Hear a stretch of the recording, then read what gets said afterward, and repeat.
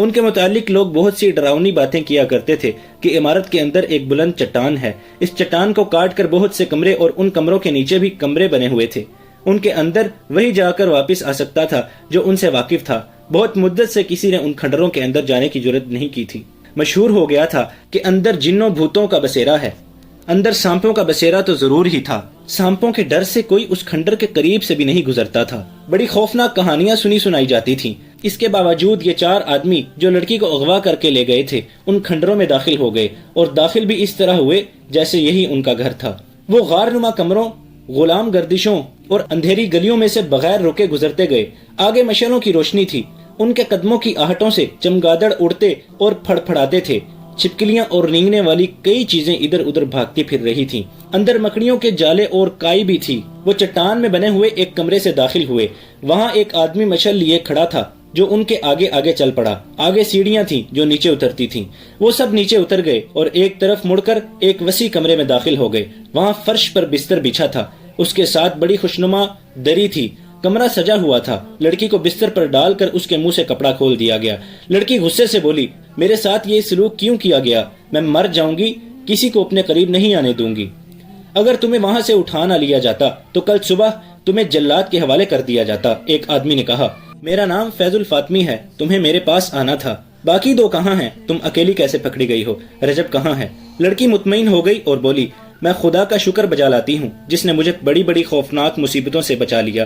میں منزل پر پہنچ گئی ہوں۔ اس نے فیض الفاطمی کو رجب، حبشیوں، آندھی، 2 لڑکیوں کی موت اور احمد کمال کے ہتھے چڑھ جانے کی ساری روایات سنا دی۔ فیض الفاطمی نے اسے تسلی دی اور ان 4 آدمیوں کو جو لڑکی کو اٹھا لائے تھے سونے کے 6 ٹکڑے دیے اور کہا، تم اب اپنی اپنی جگہ سنبھال لو، میں تھوڑی دیر بعد چلا جاؤں گا۔ یہ لڑکی 3-4 روز یہیں رہے گی، میں رات کو آیا کروں گا۔ باہر جب اس کی تلاش ختم ہو جائے گی تو اسے لے جاؤں گا۔ 4 آدمی چلے گئے اور کھنڈروں کے چاروں طرف ایسی جگہوں پر بیٹھ گئے جہاں سے باہر نظر رکھی جا سکتی تھی۔ فیض الفاطمی کے ساتھ ایک ہی آدمی رہ گیا جو مصری فوج کا کماندار تھا۔ اندر فیض الفاطمی اپنی کامیابی پر بہت خوش تھا اور 2 لڑکیوں کی موت کا اسے غم بھی تھا۔ اسے رجب کے انجام کا بھی علم نہیں تھا۔ اس نے کہا، رجب کو وہاں سے نکالنا ضروری ہے۔ اس نے علی بن سفیان اور صلاح الدین ایوبی کے قتل کا کچھ انتظام کیا تھا جس کا مجھے علم نہیں کہ کیا تھا۔ اس نے غالباً فدائیوں سے معاملہ طے کیا تھا۔ یہ دونوں قتل اب بہت ضروری ہو گئے ہیں۔ اب ہمیں کوئی نیا منصوبہ بنانا ہے۔ میں دوسرے ساتھیوں سے بات کر کے تمہیں کل بتاؤں گا۔ ابھی آرام کرو، مجھے واپس جانا ہے۔ صلاح الدین ایوبی کو آپ پر اعتماد ہے؟ لڑکی نے پوچھا۔ اتنا زیادہ کہ اپنی ذاتی باتوں میں بھی مجھ سے مشورہ لیتا ہے۔ فیض الفاطمی نے جواب دیا، مجھے پتا چلا ہے کہ اعلیٰ حکام میں صلاح الدین ایوبی کے وفاداروں کی تعداد بہت زیادہ ہے۔ لڑکی نے کہا، اور فوج بھی اس کی وفادار ہے۔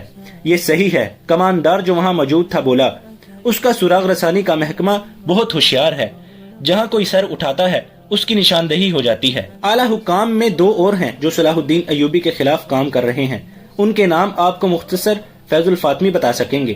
فیض الفاطمی نے دونوں نام بتا دیے اور مسکرا کر لڑکی سے کہا، تمہیں اعلیٰ سطح پر ہی کام کرنا ہے، صرف 2 حکام کے درمیان چپکلش پیدا کرنی ہے اور 2 کو زہر دینا ہے جو تم آسانی سے دے سکو گی۔ مگر اب مشکل یہ پیدا ہو گئی ہے کہ تمہیں کسی محفل میں نہیں لے جا سکیں گے۔ تم پردہ نشین مسلمان لڑکی کے بھیس میں کام کرو گی ورنہ پکڑی جاؤ گی۔ ہو سکتا ہے میں تمہیں واپس فلسطین بھیج دوں اور کسی اور لڑکی کو بلا لوں جسے یہاں کوئی پہچان نہ سکے۔ میرا گروہ بہت ذہین اور سرگرم ہے۔ یہ سالاروں سے نیچے کمانداروں کی سطح کا گروہ ہے۔ یہ 4 آدمی جو تمہیں اتنی دلیری سے اٹھا لائے ہیں اسی گروہ کے افراد ہیں۔ ہم نے ایوبی کی فوج میں بے اطمینانی پھیلانی شروع کر دی ہے۔ قوم اور فوج کو ایک دوسرے سے متنفر کرنا ضروری ہے۔ اس وقت صورتحال یہ ہے کہ شامی اور ترک فوجی مصری عوام میں اپنے اچھے سلوک، کردار اور لڑنے کے جذبے کی بدولت بہت مقبول ہیں اور عزت کی نگاہ سے دیکھے جاتے ہیں۔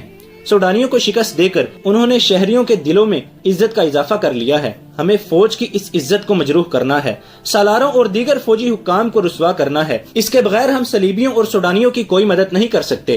باہر کا حملہ ناکام رہے گا، فوج اسے کامیاب نہیں ہونے دے گی۔ قوم فوج کا ساتھ دے گی۔ اگر اس وقت ایک طرف سے صلیبی اور دوسری طرف سے سوڈانی حملہ کر دیں تو قوم اور فوج مل کر قاہرہ کو ایسا قلعہ بنا دے گی جسے فتح کرنا ناممکن ہوگا۔ قاہرہ کو فتح کرنے کے لیے ہمیں زمین ہموار کرنی ہوگی، لوگوں کے ذہنوں میں وہم اور وسوسے اور نوجوانوں کے کردار میں جنس پرستی اور آوارگی پیدا کرنی ہوگی۔ مجھے بتایا گیا تھا کہ یہ کام 2 سال سے ہو رہا ہے۔ لڑکی نے کہا، خاصی کامیابی بھی ہوئی ہے۔ فیض الفاطمی نے کہا، بدکاری میں اضافہ ہو گیا ہے، مگر صلاح الدین ایوبی نے ایک تو نئے مدرسے کھول دیے ہیں، دوسرے مسجدوں میں خطبے سے خلیفہ کا نام نکال کر کوئی اور ہی رنگ پیدا کر دیا ہے اور لڑکوں کو عسکری تعلیم دینی شروع کر دی ہے۔